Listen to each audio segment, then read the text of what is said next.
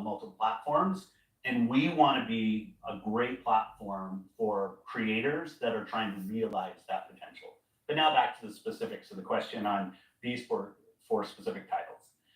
We looked at games that are over a year old, so they've been on Xbox and PC for a while. A couple of the games are community-driven games, new games that kind of first iterations of a franchise that have reached their full potential, let's say on Xbox and PC. There's always growth. Franchises that we obviously want to continue to invest in.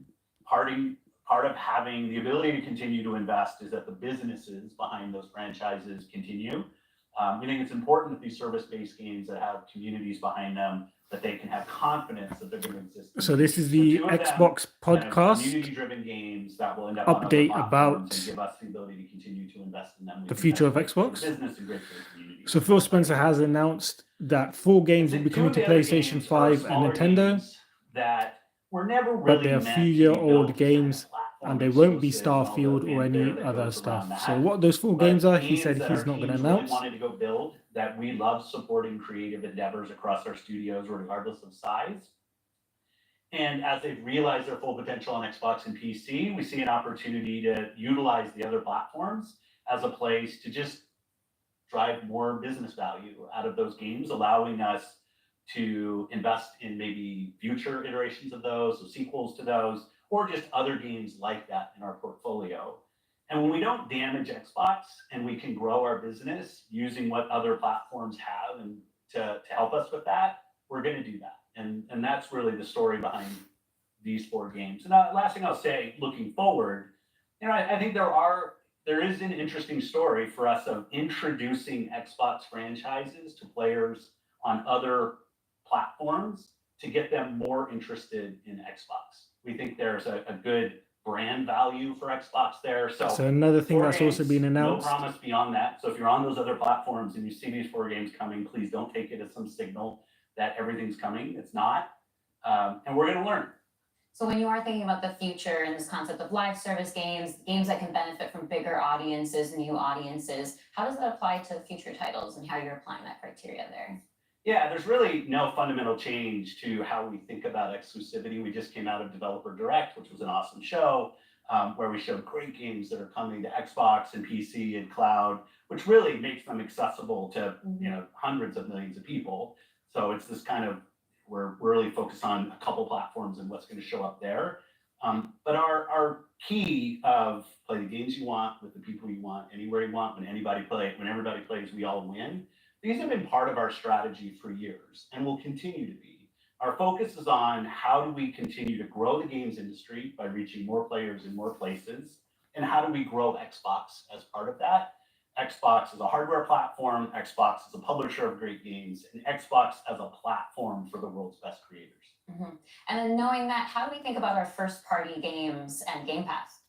Yeah, well, to build on what Phil just said, one thing I would add, as you were talking about growth, is just that we've sort of seen this inversion over the last 5 years where it used to be that the platform was the biggest thing. That's right. And the games would sort of tuck in within the platform. Today, big games like a Roblox or a Fortnite could actually be bigger than any one platform.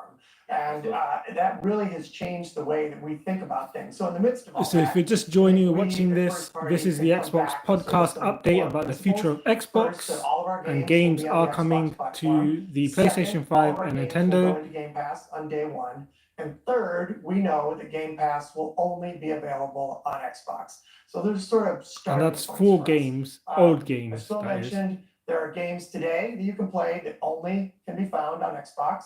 And at the same time, we want to bring more of our games to more players. So we're going to continue to look at that. Kind of moving aside, though, from some of those and thinking more about what does it really mean for the player, to me, the 2 key things are cross-play and cross-save. Those things allow us to deliver on the promise of Xbox, which is play with your friends where they are, play on the devices you want, play the games you want. So that is really only possible at a practical level when you know that your saves and your player are going to be able to move across all those parts. So not all of our games today aren't necessarily built to take advantage of that. There still will be some games that don't. As we bring more teams into the Xbox family. There's some catch up to do as we get there, but that cross-play, cross-save is like so fundamental to what we're doing. And I think it's something that we as first party get such a good benefit from being so close to the platform. Yeah, absolutely. And that's one of the things, like you said, The future all of of our Xbox. games are always in Game Pass. And so I'm excited to announce, with the coming together that we have with Activision Blizzard King, that Activision and Blizzard games are coming to Game Pass, starting with Diablo 4 on March 28th, which I'm super, super excited to share today. And it's all part of our commitment to make the Xbox experience and the games that we build as widely available as possible. So now the 34 million Game Pass members can all enjoy the fantastic experience of Diablo 4. Amazing. Can we come back to the point, Phil, you mentioned at the top, this isn't really a change in strategy for us. Can you recap for me how it isn't? Yeah, and I thought both Matt and Sarah did a really nice job of talking about what we're doing on Xbox, where we're going. If you So the if you rumors are take a kind of platform true, but feature not like true. Xbox Play Anywhere, For old games which coming has been a to promise that PlayStation and we've made on our Nintendo, first party games, that you can buy our game once, you're going to play across Xbox and Windows. I think we're the only platform that does this. That makes it possible for you not only to play with your friends wherever they are, but to know that you actually have multiple entitlements to the games. I think that's a technology I'd love to see applied to more platforms. But it is this view that people are going to play Xbox in multiple places. Whether it's play the games you want with the people you want, anywhere you want, whether it's content community and cloud, whether it's when everybody plays, we all win. So the future of Xbox? Taglines, different strategy, kind of words that we've used, but always with this view that Xbox is a platform for creators who want to reach the most players. Our investments in xCloud, our investments in franchises like Minecraft and now Call of Duty and other large franchises, so that we learn how to build those. This has been a strategy that we've been on for, I'd say, a decade. It's not about one device. It's not about games in service of a device, but rather the devices that people want to play on should be in service of making the games as big and popular as they possibly could be. Because really a healthy creator community on Xbox, a healthy creator community in gaming all up, is the thing that all of us as game players should be voting for, because that's the thing that will lead to the best long-term success and growth in this industry. And my understanding, just from listening and learning from you three over the past few weeks, just understanding what's happening with Xbox, is that we see the trends future with of player Xbox, behavior where people are playing on multiple devices. That is the reality. And we have put some games out on multiple platforms before. It's actually pretty interesting. My understanding is that that's been good for players. How does that come back to the business with all of that in mind? Yeah, as you said, we have shipped games on other platforms. In fact, realistically, if you look with the addition of Activision and Blizzard and ZeniMax, we're one of the largest game publishers on PlayStation. We're one of the largest publishers on the Nintendo Switch, especially when you put Minecraft into the equation as well. And now we're one of the largest publishers on mobile platforms as well. And that's not something that we want to back away from. We want to continue to be building great games that millions and millions of people can love, and that they can play those games where they want to go play. But we do understand the business success that Xbox has to have.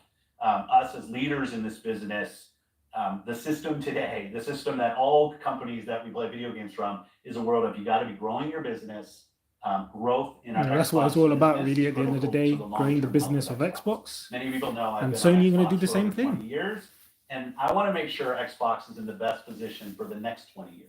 That means healthy player community, healthy creator community, and healthy business. So when we look at opportunities to allow more people to play, more people to engage, more people to buy, more people to subscribe, it's all about putting Xbox in the best position. And our hardware is a critical component of that. The absolute best experience somebody has on Xbox is hardware Hello, that Sophie. your team builds and that people play on. What That's not console gonna do be you game everyone. on? We fully accepted that we're going to have Xbox players across all kinds of devices. So I think a lot of people think about 2023 as this incredible year for gaming. And in a lot of ways it was. There were some really amazing releases that I think we all enjoyed. But what were the signals behind the scenes that maybe indicated how we wanted to look at the future of Xbox and how we kind of keep up with the industry? Yeah, such a good question. And I think it's, as people who care about the industry, which I assume is people who are watching this, it was an amazing year. Some great launches, some of the games that I think will stand the test of time and people will be talking about a decade from now.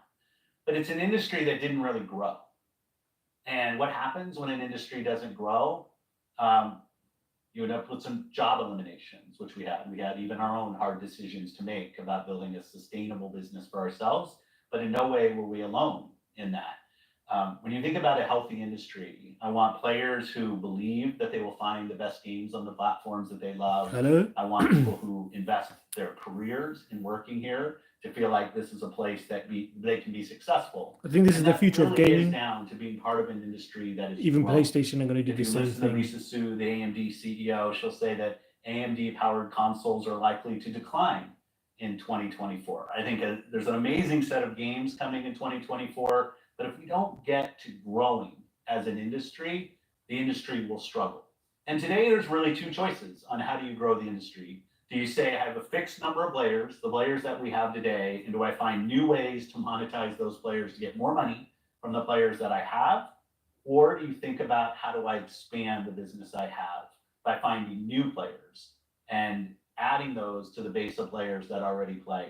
Our focus on Xbox for the last decade has really been on that latter point of how do we make sure Xbox is growing for our players, growing for our creators, so those people are finding success on our platform, which will grow the Xbox The business future of and put Xbox. Xbox in a position to be very strong for years and decades. Looks very interesting. Matt, earlier you were talking about these growing gaming communities, how they're incredibly large, and comparable on such a different level when we think about console audiences. Like you mentioned Roblox, you mentioned Fortnite. So how are we're obviously thinking about our responsibility, our hardware responsibility is supporting the growth. I think it's of going to be gaming interesting communities. How has that actually when shown up for the the players? 4 Are they games that seeing are other coming to games being PlayStation and exclusive to our Nintendo, portfolio? what those 4 Well, games as are. Phil They're going to be mentioned, I older mean, two of games. the biggest ones for us, Call of Duty and Minecraft. I mean, they are driven just from the bottom up by the communities of people that play those games, which is so great. Think about it for the player. So I think the rumors community, about it Sea comes of down Thieves to where are the is probably friends, where are the correct. people you play with, and then equally important is where have you built So up it's your 2 big library games of and games, 2 where's the- smaller where have games. you invested? So 2 Where's that AAA at? I games and think 2 smaller those games two from things Xbox probably going are to some of other the biggest games consoles influences on where people choose to play and what devices and they games choose to coming to play. Games When we Pass think about on day on 1. the other side, the developer beginning. side, just any game developer wants their game to find the biggest audience possible. That's just the nature of building a game. You want people to enjoy and participate in what you've made.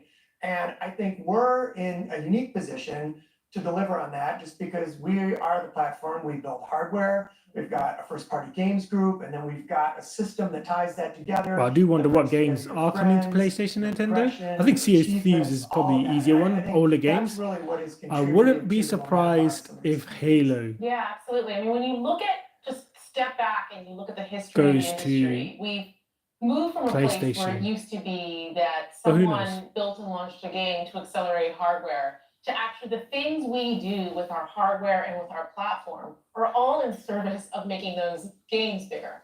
And we think about that across all of the investments we make, the consoles we build, the investments we do with things like cross-play, cross-progression, the things that we're doing. with Cross save's cloud. going to be How do we interesting. How does actually give cross more save work? options to game creators so they can So you have can the play a game on greatest Xbox and then I think potentially one of play the it on fun PlayStation and recent have the same examples about saves this is actually transfer. That'd be Power pretty World. cool. You know, Power World was able to launch, they were a game preview, they launched in Game Pass, they also simultaneously launched in Steam. And so the combination of those things, Pocket Pair was able to have this outsized success. So I And think it that's was pretty much the main news third-party here. Game Pass launch Just to ever. And summarize, it's all because we give that creators options. on 4 how they can Xbox launch games are their coming games. to We've got the other subscriptions, we've got consoles. retail, What we've those got 4 free to games play, are we've got hasn't free been preview. announced. We have the consoles. 2 of them we are have going to our be streaming AAA on games, PC, 2 of them are going and to they be can smaller access games like all of indie these games. things. And when we And step back and we just look all of at the Activision performance of our Blizzard's platform games are all coming up, to we know it's working. Game Pass. We're at They'll the be available highest day level of users 1. on console, the And highest Xbox level are of going to users on expand to PC, other the highest level of users platforms. on cloud And ever. it's not We have all the games are double-digit growth going rate on to PC and cloud, PlayStation or places anything where like we're that. It's enabling just 4 creators games. to actually reach And they're doing new it players because the industry beyond the needs console to ecosystem. expand And that's and why we're they need to leaning get into more it and players doing to make more, more because we money. see So all those that's the signals. gist of it. So we're talking about the So, role that I hardware think I'm plays gonna for play- creators, for the games and those end this communities. stream What here about and the maybe role do a that follow hardware plays for on us as a another business for time. Xbox? So I'll see When you we look guys. at our hardware, it in that really stream. is, and Phil said this earlier, it's where you get like the most flagship seminal experience of Xbox.